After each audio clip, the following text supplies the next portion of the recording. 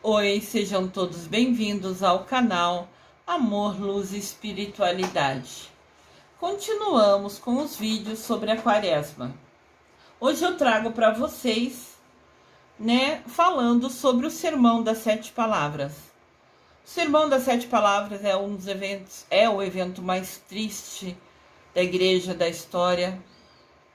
E eu vou tentar ser digna de transmitir toda a informação, apesar de toda a tristeza que me traz, né? É um momento muito triste, como eu falei. E eu, sendo sensitiva, eu sofro a cada coisa que leio aqui, né?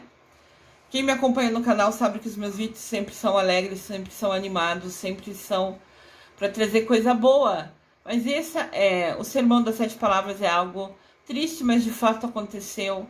É essencial na história de Jesus Cristo. E ao decidir aceitar a missão de fazer os vídeos da Quaresma, compartilhando o meu conhecimento com vocês, eu também assumi a responsabilidade de ser justa e falar também desse momento com vocês. Sermão das Sete Palavras. As últimas frases de Jesus Cristo.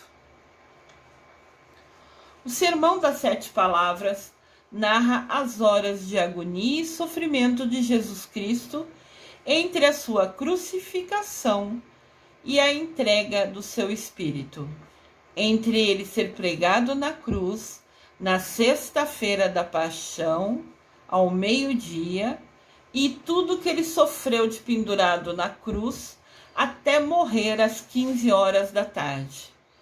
Então, lembrando, tem vídeo aqui no canal do que aconteceu na Quinta-feira Santa, que houve o lava-pés, que houve a última ceia. Jesus foi preso pelos soldados romanos na quinta-feira, 11 horas da noite mais ou menos, passou a noite preso, foi julgado por Pilatos na sexta-feira da Paixão de manhã, depois teve o caminho dele carregando a cruz, até o monte onde ele seria crucificado, que foi o vídeo da Via Sacra. Entendam que os vídeos aqui é como se fosse uma novela, são os capítulos ocorrendo.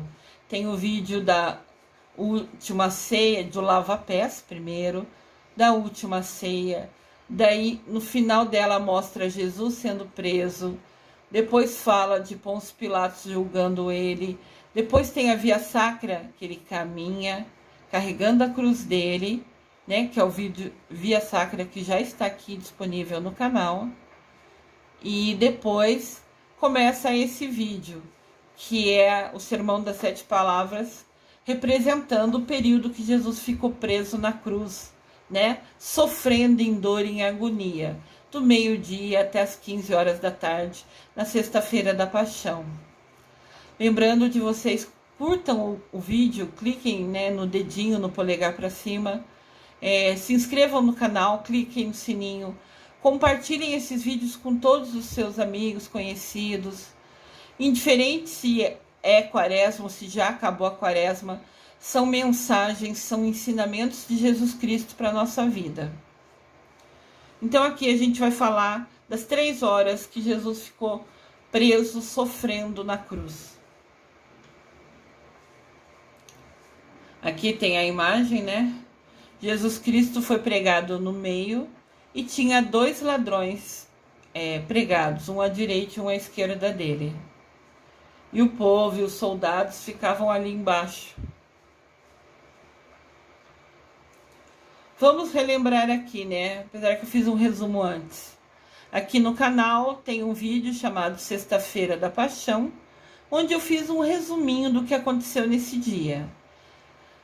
Sexta-feira da Paixão, Quinta-feira Santa, Sexta-feira da Paixão, Sábado de Aleluia e Domingo de Ressurreição são vídeos resumos. E depois tem um vídeo como se fosse com mais detalhes de cada um dos eventos importantes desses dias da Semana Santa, do final da Semana Santa, Também fiz um vídeo, falava, no resumo da Sexta-feira da Paixão, que esse dia é o único dia do ano que não tem consagração, não transforma o pão em corpo de Cristo nesse único dia da igreja, no dia que Jesus morreu. Ao longo desse vídeo eu vou colocando imagens de Jesus pensativo. Eu não gosto muito de imagens tristes, mas o importante aqui é a gente pensar em Jesus, né? Se conectar a Ele. Também aqui no canal tem um vídeo chamado Via Sacra, né? Que significa caminho de Jesus, que foi o que aconteceu na sexta-feira da Paixão de manhã. Esse vídeo da Via Sacra mostra as 14 estações, os 14 eventos importantes que Jesus passou nesse caminho até ser crucificado ao meio-dia, na sexta-feira da Paixão. Aqui mostra, né, como se fosse um resumo. Jesus crucificado, a mãe dele, Maria, do lado esquerdo, do lado direito, Maria Madalena, que esteve ao lado de Jesus a cada passo desse evento. Depois que ela se converteu, né, que ela lavou os pés dele com lágrimas, banhou com perfume e enxugou com os cabelos dela. Tem vídeo aqui no canal falando sobre isso também. E aqui até tem a Verônica, né, aqui no cantinho, que foi a mulher que foi corajosa, né, furou o cerco dos romanos, né, dos guardas que protegiam Jesus carregando sua cruz. E como foi mostrado na Via Sacra, na sexta estação, ela só pensou em enxugar o rosto dele, porque estava repleto de suor e sangue ardendo ao chegar nos olhos, e ela foi enxugar isso para ele continuar a ver melhor, né? Tem a imagem dela, o desenho dela no canto inferior esquerdo, nessa imagem aqui mostrada. O Sermão das 7 Palavras que explico nesse vídeo acontece na sexta-feira da Paixão e registra o que aconteceu com Jesus Cristo do meio-dia, hora que ele foi crucificado, até as 15 horas da tarde, hora que de fato ele deu o último suspiro e morreu na cruz. Importante falar aqui que o Sermão das 7 Palavras, na verdade, são 7 frases. Mas o 7 tem muita importância dentro da Bíblia. Então, eu vou explicar um pouquinho sobre por que são 7 palavras, por que foram 7 frases exatas. O número 7 na Bíblia. O número 7 é considerado o número perfeito, indica o máximo de perfeição. Deus criou o mundo em 7 dias, foi o tempo suficiente, foi o tempo perfeito. Entendem? O 7 tem muita força na Bíblia, significa perfeição. Exemplos do número 7 na Bíblia. Por exemplo, 7 sacramentos, que são o batismo, o crisma ou confirmação, eucaristia, penitência ou reconciliação, unção dos enfermos, ordem e matrimônio. Eu vou fazer um vídeo para vocês mais para frente falando sobre os 7 sacramentos, explicando um pouquinho deles. Mas batismo é o que a gente recebe quando nasce.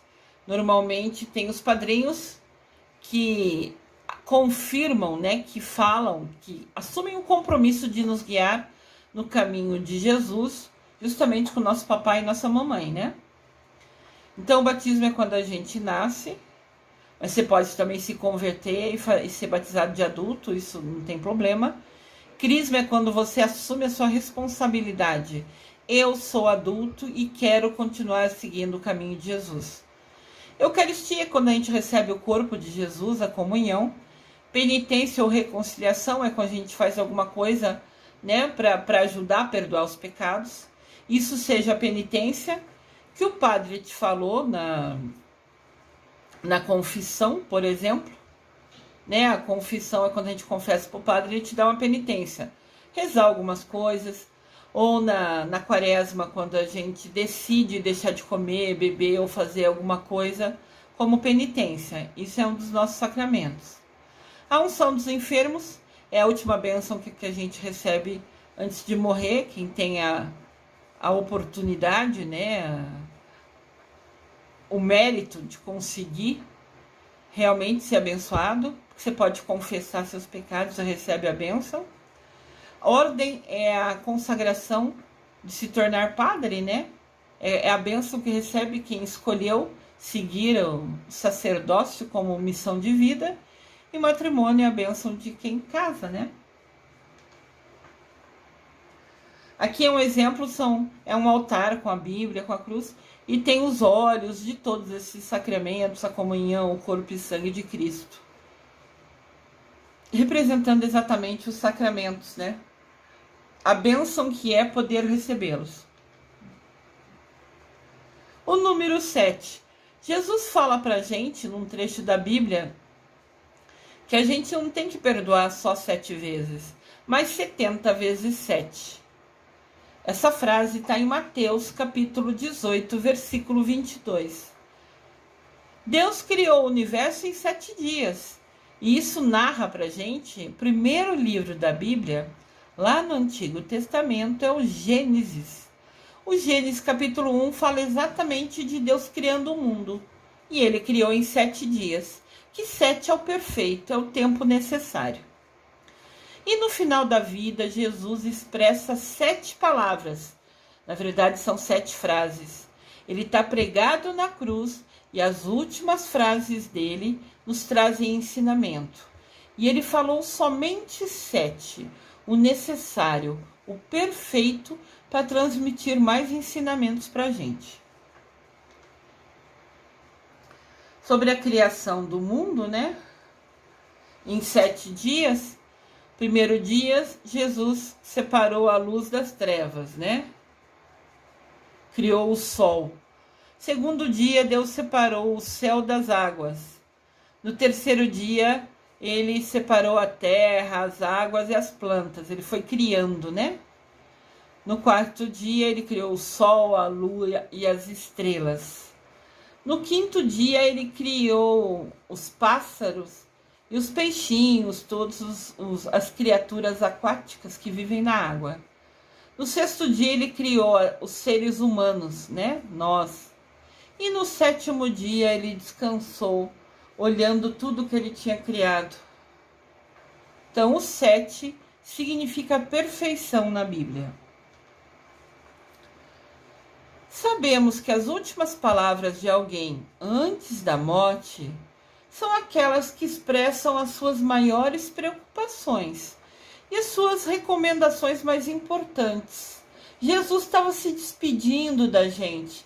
Ele estava na cruz e o povo, muitas pessoas, a Maria estava ali, né? Mamãe Maria, Maria Madalena estava ali, os discípulos estavam ali, mas tinha o povo ainda, aquele que condenou Jesus, que julgou, que mandou crucificar ele, assistindo como se ele ser crucificado fosse um espetáculo.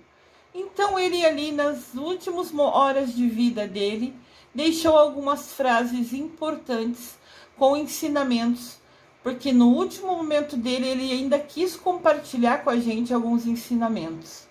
Que bênção! Devemos sempre lembrar essas 7 palavras proferidas por Jesus Cristo com profundo amor, respeito e devoção, procurando tirar delas todo o seu riquíssimo significado. Se ele usou as últimas forças dele pregado na cruz para falar essas palavras, ela tem uma lição para nos ensinar. Sempre que a gente ouvir elas, nós temos que parar e pensar e recordar o ensinamento, lembrar o que Jesus nos ensinou com elas. Eu vou falar aqui as frases explicando o significado delas, porque a cruz também é um sinal de luz. Foi onde Jesus morreu para perdão dos nossos pecados. Então, apesar da cruz simbolizar um momento triste, também simboliza uma nova vida para a gente, uma nova vida sem pecado, porque Jesus morreu pelos nossos pecados. Conheça as frases e como são refletidas na celebração do Sermão das 7 Palavras.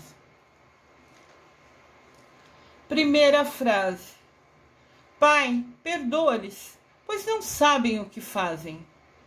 Essa frase está em Lucas, capítulo 23, versículo 34. Está em Lucas, capítulo 23, versículo 34. Jesus já crucificado e o povo permanecia lá, observando. Também os chefes dos soldados continuavam zombando, dizendo: Você salvou os outros? Salve-se agora a si mesmo. Você é o rei dos judeus, você é o eleito. Jesus foi crucificado por falar que ele era o rei dos judeus. Mas era só uma das desculpas que os sacerdotes usaram justamente para calar Jesus, né? A verdade, ao matar, queria calar o que ele estava ensinando o povo. O povo estava ficando inteligente, o povo estava seguindo Jesus, Jesus criou uma força, né? Do povo seguindo ele, ouvindo as parábolas dele. Então isso era uma ameaça aos governantes, aos sacerdotes, porque Jesus era sábio e conscientizou o povo, né, de muita coisa. Então, como ele era uma ameaça, porque estava ensinando coisa, né, pro povo, para muitas pessoas, para milhares de pessoas, realmente quiseram calá-lo, né? Mas aqui ele está pregado na cruz, a primeira frase que ele fala na cruz é essa: Pai, perdoai eles não sabem o que fazem. Falando do povo, falando dos soldados. E eles tirando sarro dele, mesmo assim. Na cruz, né, tem 4 letras registradas numa plaquinha em cima da onde Jesus foi crucificado. São as iniciais da palavra latina, que eu não vou tentar ler, eu não sei latim, que querem dizer: Jesus Nazareno, Rei dos Judeus. INRI, tá vendo ali em cima na plaquinha? A imagem superior do lado esquerdo tem a plaquinha na cruz, né? Essa plaquinha foi colocada a pedido de Pilatos, né? E colada e fixada ali. Esse trecho que Pilatos pediu para colocar essa plaquinha está em João capítulo 19, versículo 19. Lembrando que colocar a plaquinha em cima era uma tradição, era um costume. Todo bandido que era crucificado tinha em cima de si uma plaquinha escrito o que condenou ele à cruz. Roubou, fez isso, matou, sei lá. E Jesus, colocaram que ele era o rei, né? Jesus Nazareno, Rei dos Judeus. Jesus era o nome dele, Nazareno era a cidade onde ele nasceu, Nazaré. Rei dos Judeus era o que ele dizia ser, né? E o que foi uma ameaça para os poderosos. Então foi a desculpa, né, dele ser crucificado com essas 4 letras sobre a cruz. Então tá, Jesus está preso lá e a primeira frase que ele fala aqui para perdoar os pecados. O ensinamento disso. Com essas palavras, Jesus selava todo o seu ensinamento sobre a necessidade de perdoar até os inimigos. Ao longo da vida, Jesus sempre falou isso. Ao longo da vida dele, trabalhando na missão de Jesus, né? Que foi dos 30 anos aos 33 anos. E ele sempre falava: perdoa seus inimigos. Esse trecho está em Mateus, capítulo 5, versículo 44. Mateus, capítulo 5, versículo 44. Então, na cruz, o Senhor confirmava para todos nós que é possível, sim, viver a maior exigência da fé cristã. Essa exigência da fé cristã é um desafio, é difícil para a gente até hoje. O perdão incondicional a todos. A gente perdoar o outro quando nos ofende, nos magoa, nos deixa triste. a gente perdoar. Tá aí um desafio, um aprendizado que vai a vida toda, penso eu.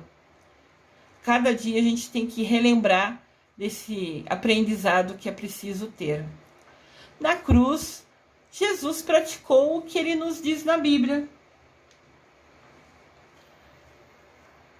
Fala assim na Bíblia: certa vez, Pedro perguntou a Jesus: Senhor, quantas vezes eu devo perdoar o meu irmão quando ele pecar contra mim?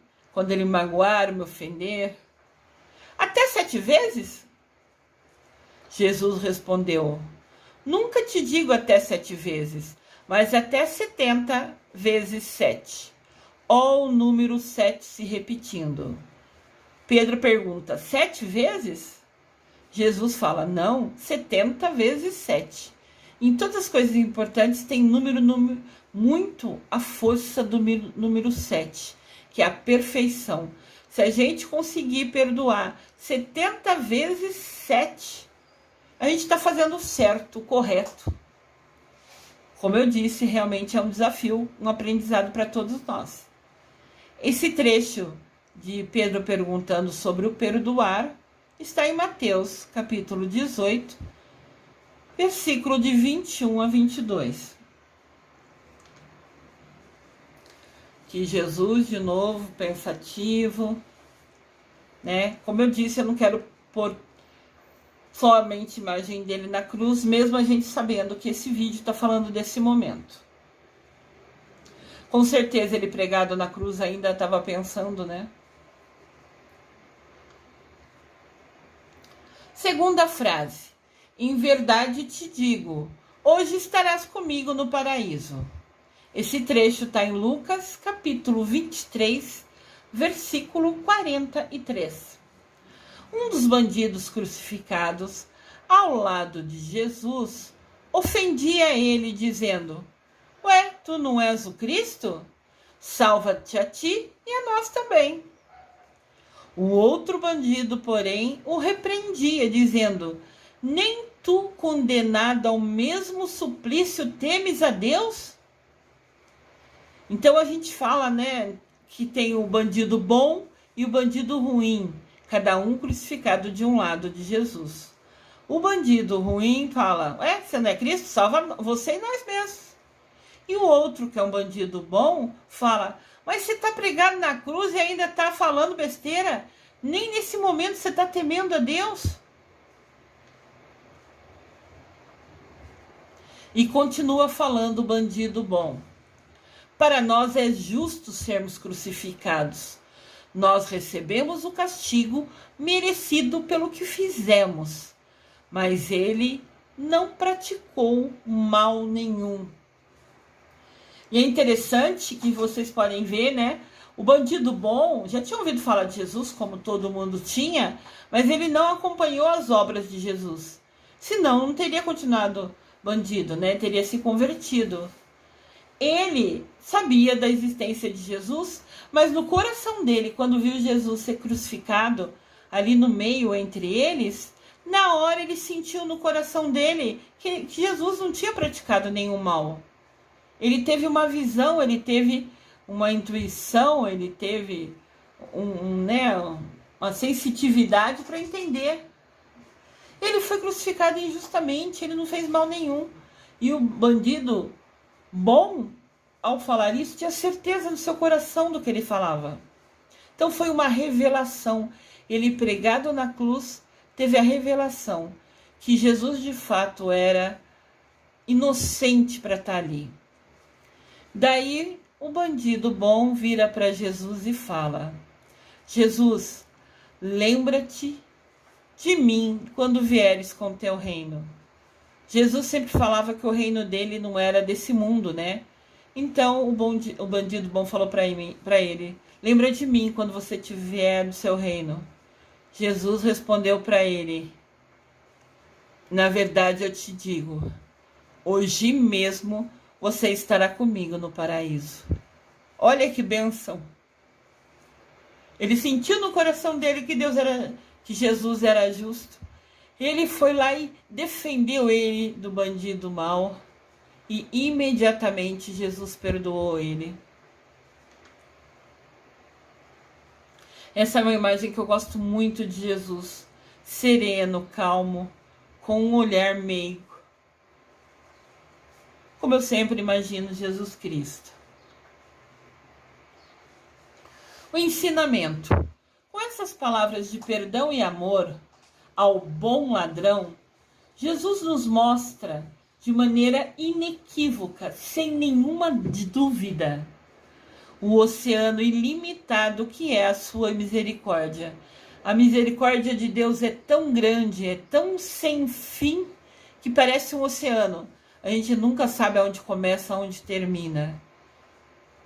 Bastou Dimas, que é o nome do ladrão bom, confiar no coração misericordioso de Jesus, ali ao lado dele, pregado na cruz, para ter-lhe aberto de imediato as portas do céu. Terceira frase de Jesus: mulher, eis aqui o teu filho. Filho, eis aí a tua mãe. Está em João, capítulo 19, versículo de 26 a 27. Eu quero só deixar registrado aqui que eu sempre friso os textos bíblicos, né? Eu leio tudo que eu escrevo, porque eu sei que eu tenho alguns seguidores que são deficientes visuais. Então, eles, né, alguém clica no vídeo para eles e eles ouvem o que eu falo. Por isso que eu conto detalhes, por isso que eu narro o que eu posso e leio sempre tudo que está nas telas, né? Principalmente os trechos bíblicos, para que quem assiste o vídeo, ou melhor, ouve o vídeo, por ter uma dificuldade, uma deficiência visual, ainda assim ouvir, entender e receber a mensagem que, se Deus permitir, será levada através dos meus vídeos, com o que eu compartilho aqui de conhecimento. Junto à cruz de Jesus estavam de pé sua mãe, Maria, e Maria Madalena.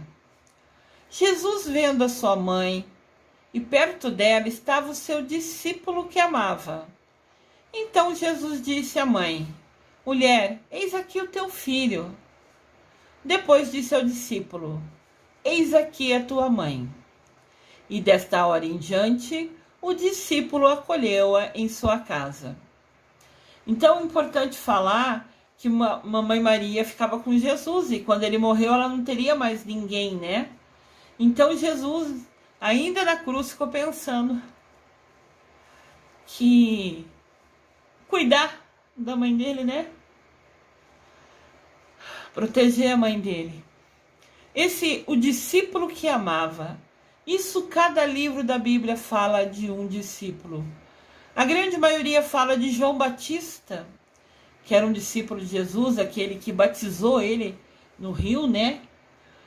Mas também já falaram que seria Pedro, que foi o número 1 dos discípulos dele, o escolhido para erguer a igreja de Jesus Cristo. Tanto que a igreja que o Papa mora hoje chama, né, Basílica de São Pedro. São Pedro é o discípulo que Jesus escolheu para ele criar, né, a pedra sobre a vida dele, falando da missão de Jesus Cristo. Então, assim, o discípulo que amava podia ser todos, podia...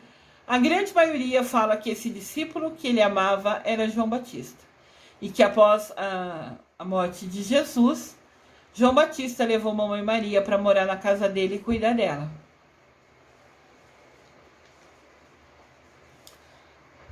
Sempre mostra as imagens mamãe Maria cuidando de Jesus. Claro que dentro do que ela poderia fazer, né? E essa morte na cruz para ela foi algo assim, uma dor indescritível, inenarrável, né? Não dá para contar como é uma dor dessa, ver seu filho crucificado. Ensinamento dessa frase: Jesus nos ama tanto que quis compartilhar conosco o que ele tinha de mais precioso nessa vida, a sua mamãe querida. E como Jesus confiava nela, sempre na parábola, né, do vinho, lá na festa de casamento, mamãe Maria chegou para Jesus e falou: ó, acabou o vinho da festa, resolve aí a situação. Ele falou assim: mas não chegou a minha hora, não está na hora de eu fazer os milagres. Ela só olhou para ele e saiu. E Jesus transformou água em vinho. Então, ela e ele tinham uma sintonia, uma sinergia muito grande, né? E ele respeitava e confiava demais na mamãe Maria, naquela mulher que foi escolhida por Deus para guiar Jesus, né? Até que ele pudesse assumir a sua missão sozinho. Então, todos aqueles que se esquecem da mamãe Maria, ou pior, que rejeitam a mamãe Maria, também esquecem e rejeitam a Jesus Cristo, pois se negam a receber das suas mãos, na hora da sua morte, um dos presentes para nós. Jesus compartilhou a mãe dele para ser mãe de todos nós. Mesmo pregado na cruz, ainda assim, ele compartilhou o que ele tinha de mais valioso, a mãe dele, para ser mãe de todos nós. Olha que bênção! E que imensa bondade de quem está em agonia e com dor pregado numa cruz. A nossa bem-amada Mamãe Maria. Maravilhosa Mamãe Maria. Quarta palavra falada, né, expressada por Jesus. O soldado, essa palavra, tem sede. Está em João capítulo 19, versículo 28. João capítulo 19, versículo 28. Os soldados, igualmente, o povo, fazia insultos a Jesus. O povo insultava Jesus, os soldados insultavam Jesus, tiravam sarro dele. Então disse Jesus: eu estou com sede, eu tenho sede. Daí, havia ali perto um vaso cheio de vinagre e os soldados embeberam, né? Quer dizer, molharam uma esponja nesse vinagre e, colocando ele numa lança, chegaram à boca de Jesus, dando-lhe de beber. Jesus falou que está com sede e molharam uma esponja no vinagre, puseram na ponta da lança e levaram, né, a esponja até a boca de Jesus, que estava alto, pregado na cruz, para ele beber de vinagre.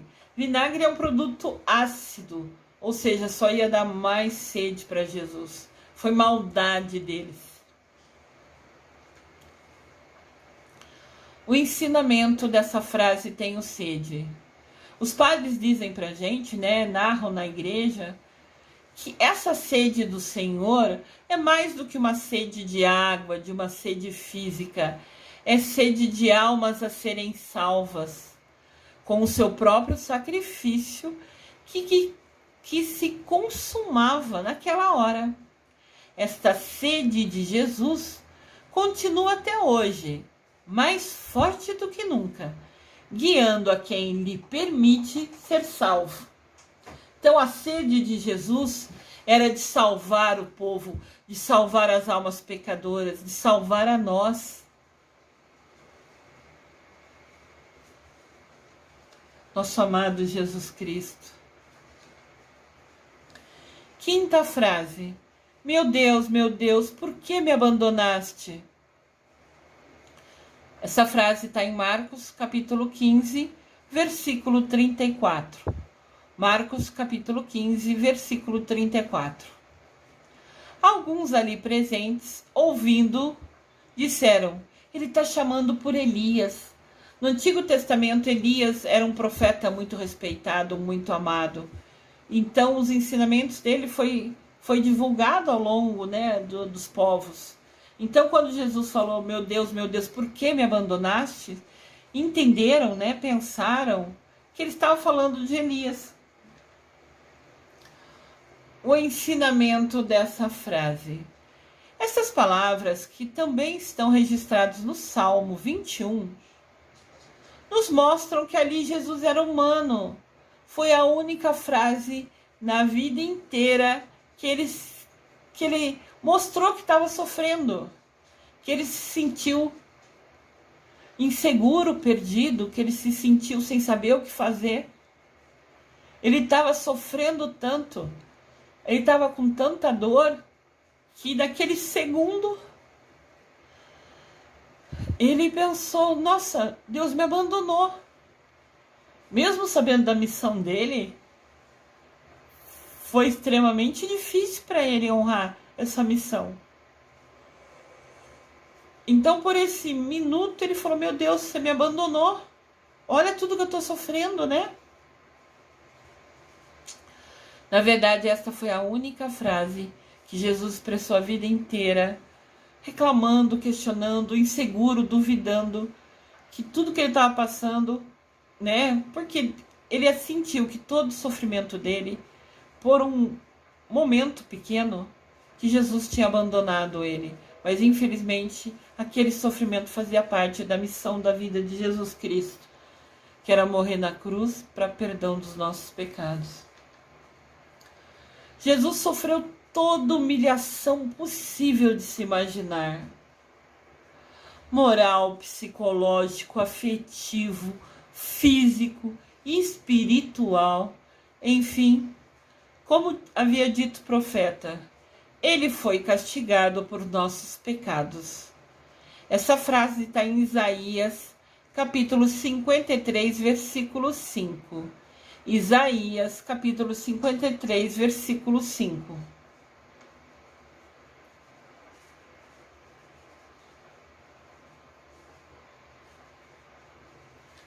Sexta frase. Tudo está consumado.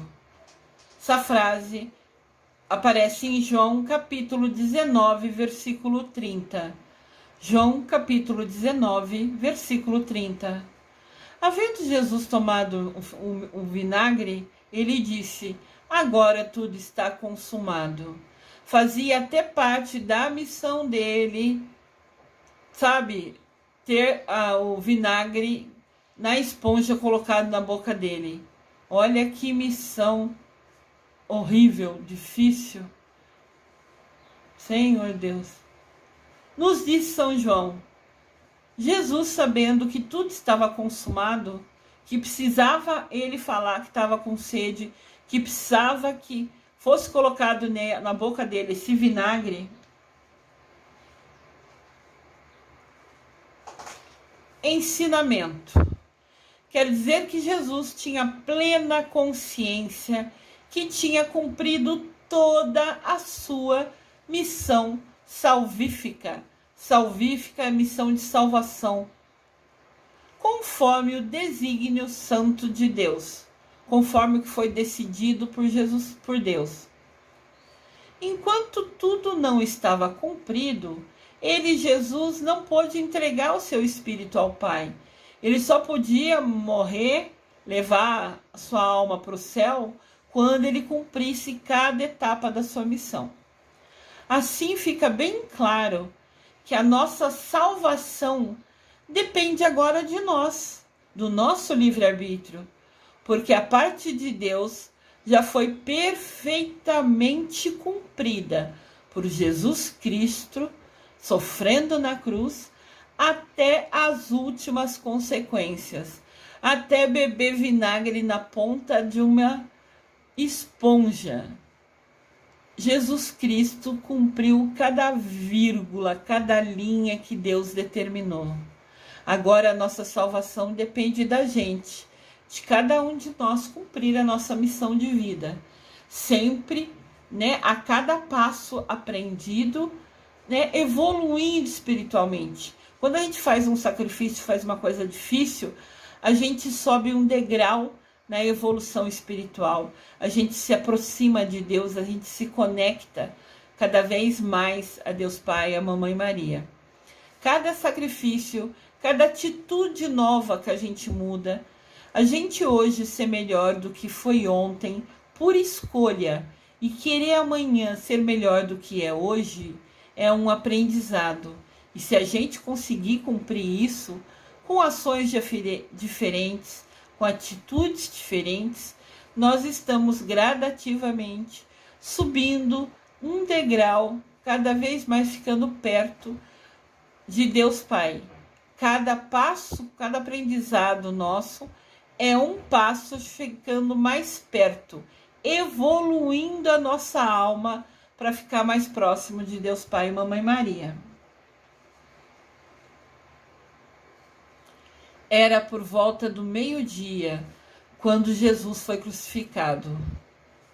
O sol escondeu, se eclipsou, houve um eclipse do sol, e a escuridão cobriu toda a terra até as 3 da tarde.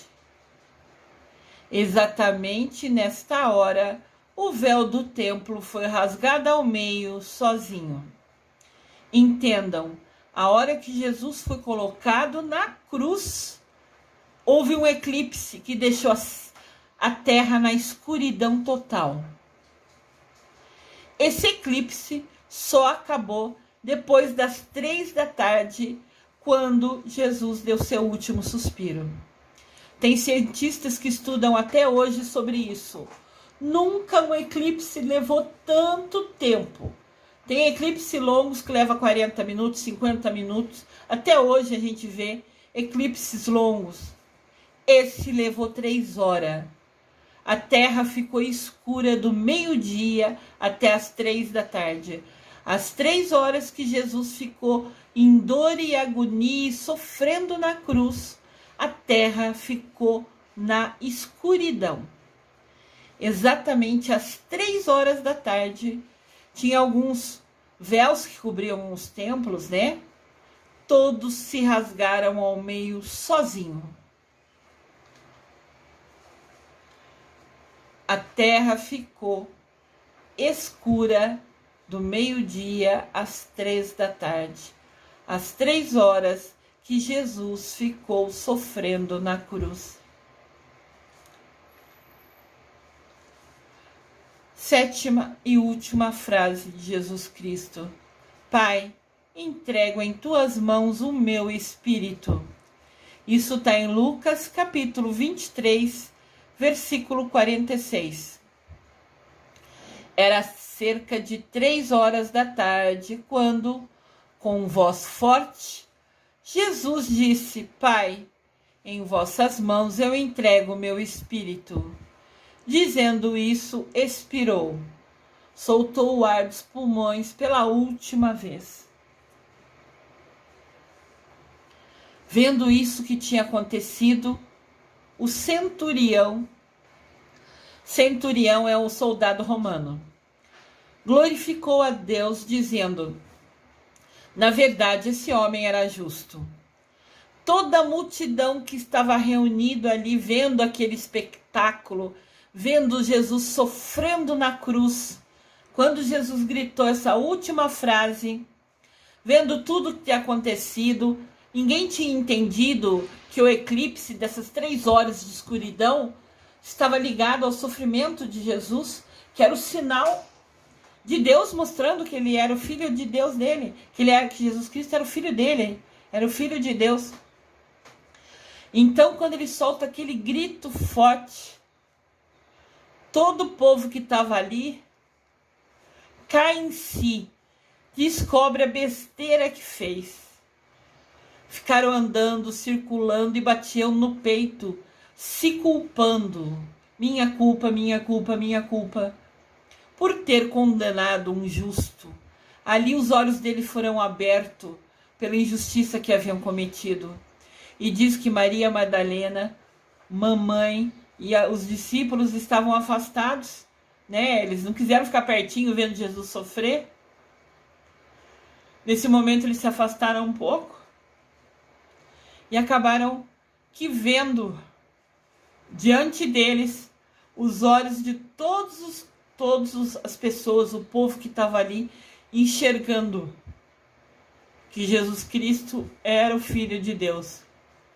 E viu todo mundo se agonizando, todo mundo desesperado, todo mundo se culpando pela besteira que fizeram, condenando um justo. Ensinamento. Jesus Cristo, com essa frase, Mostra pra gente que ele confiava plenamente no Pai, confiava plenamente em Deus. E ele, ao vir à Terra, ao se tornar humano, Jesus Cristo nos tornou também filho de Deus. Todos nós somos filhos de Deus, porque Jesus compartilhou com a gente, nos chamando de irmão, sendo nosso irmão, né? A entrega do seu Espírito e a volta para pertinho daquele que ele tanto amava. Jesus passou por tudo que estava escrito, por cada detalhe que estava assim determinado na sua missão. Jesus Cristo cumpriu sua missão 100%, não se negou a fazer nenhuma vírgula do que estava determinado. E agora, com essa entrega do seu Espírito, ele poderia voltar para ficar perto de Deus, lá aonde ele amava, Deus que ele ama, que ele amava tanto.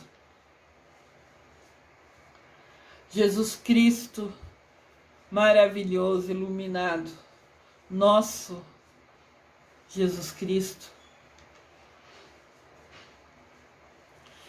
é o seu destino, o coração do Pai, e é o nosso destino também. O destino de Jesus Cristo era voltar ao coração de Deus. E esse também é o nosso destino. Aquelas pessoas, né, aqueles que utilizam o seu livre-arbítrio todo santo dia para escolher ter ações e orações que se conectam, né, e confiando que merecerá voltar ao Pai. Jesus fez por merecer, né, e está sentado à direita de Deus Pai. Nós também temos como destino estar sentados à direita de Deus Pai, estar sentado pertinho de Deus Pai. Nós vamos ser merecedores, como Jesus Cristo foi? Nós vamos utilizar o nosso tempo aqui na Terra, esquecendo TV, celular, esquecendo comida boa, bebida, para em algum momento do nosso dia estarmos pertinho de Jesus, rezando, mudando nossas ações? Nós podemos comer, beber, festejar, tudo isso nos é permitido, mas sabendo dosar, né? Ter limite entre aproveitar essas coisas e também assumir a sua responsabilidade de ser uma pessoa melhor, de aprender os ensinamentos de Jesus e praticar, para assim nos tornarmos merecedores de estar ao lado do Pai.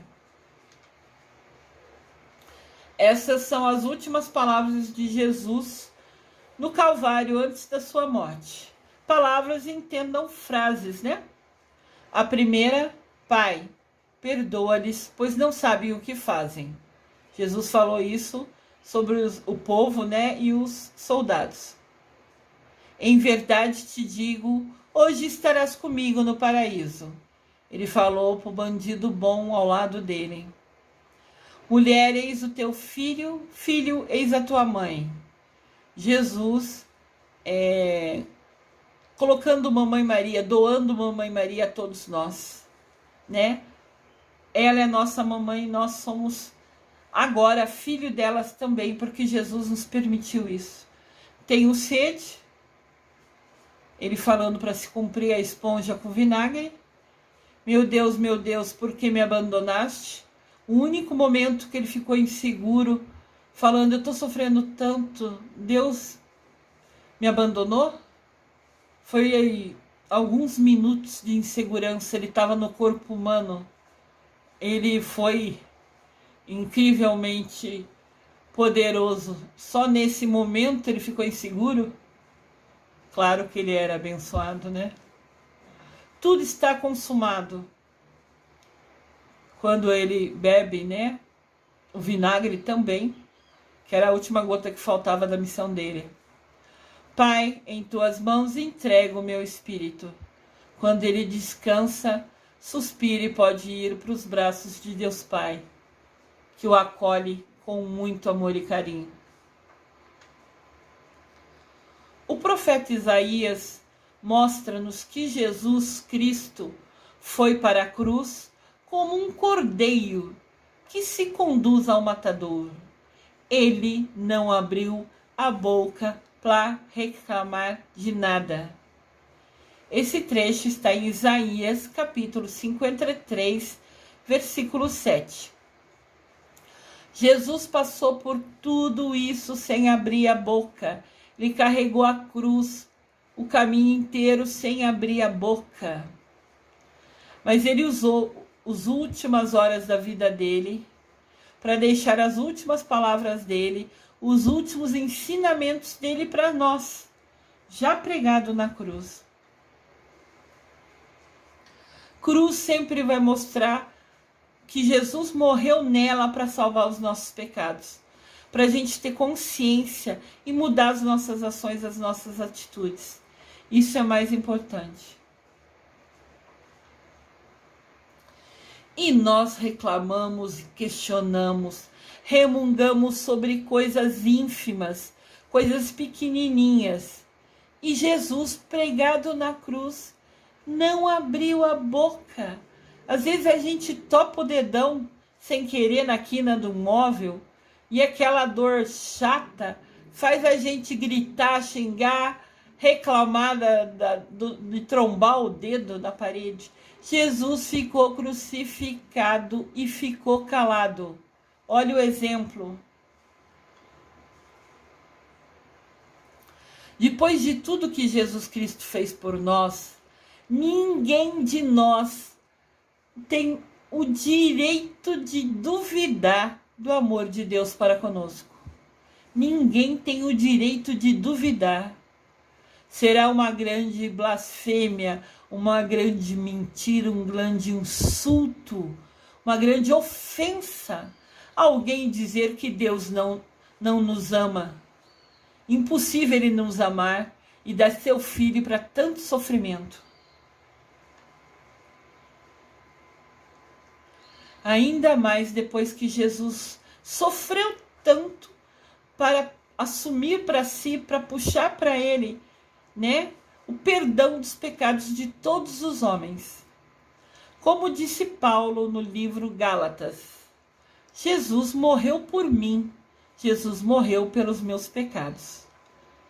Essa frase está na Bíblia, em Gálatas capítulo 5, versículo 22.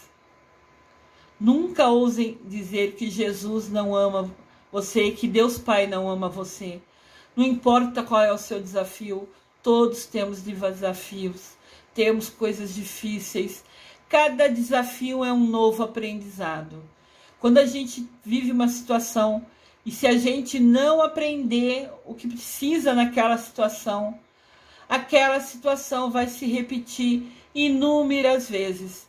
O ciclo vai se repetir, até que você aprenda aquela lição. Então nunca ousem falar que Deus Pai não ama vocês, que Jesus Cristo não ama vocês, de tanto demonstração de amor que eles têm para conosco. Jesus Cristo, após todo esse sofrimento, evoluiu espiritualmente.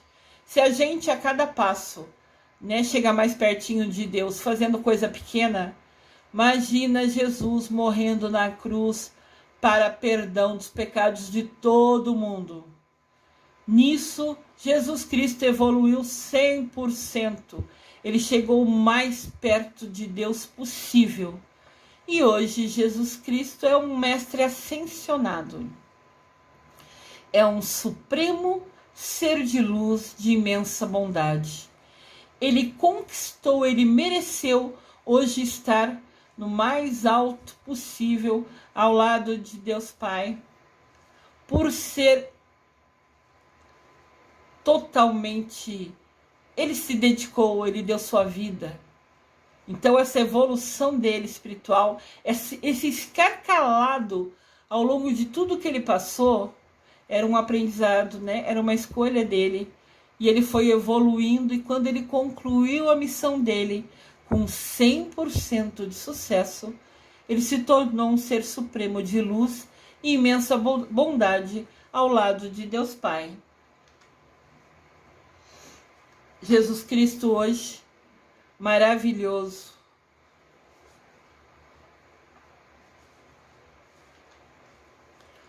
Jesus é um ser de luz que está sempre pronto a nos ajudar, se pedirmos, confiarmos e tivermos fé nele. Lembrando, todos nós temos o livre-arbítrio. Eu já falei isso em outros vídeos. Para você conseguir a ajuda dos arcanjos, de Deus, de Mamãe Maria, de Jesus Cristo, você precisa pedir. Se você não pedir, eles não podem nos ajudar. O nosso livre-arbítrio impede dele nos ajudar. Então sempre peçam, acreditam, confiem, busquem ser uma pessoa melhor, entendam os aprendizados e, acima de tudo, tenham fé que vocês sempre serão atendidos.